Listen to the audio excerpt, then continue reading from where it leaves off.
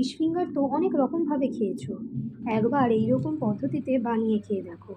খেতে ঠিক যতটাই সুস্বাদু, বানানো ঠিক ততটাই সহজ। তার জন্য প্রথমেই কাতলা মাছের পেটিগুলোকে লম্বা লম্বা ফিঙ্গার শেপে কেটে নেব।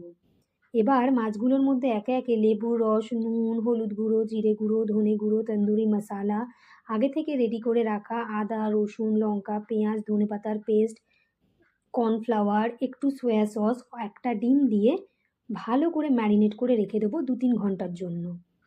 এবারে 2-3 ঘন্টা পর মাছগুলোর মধ্যে ব্রেড ক্রাম্বস মিশিয়ে নেব।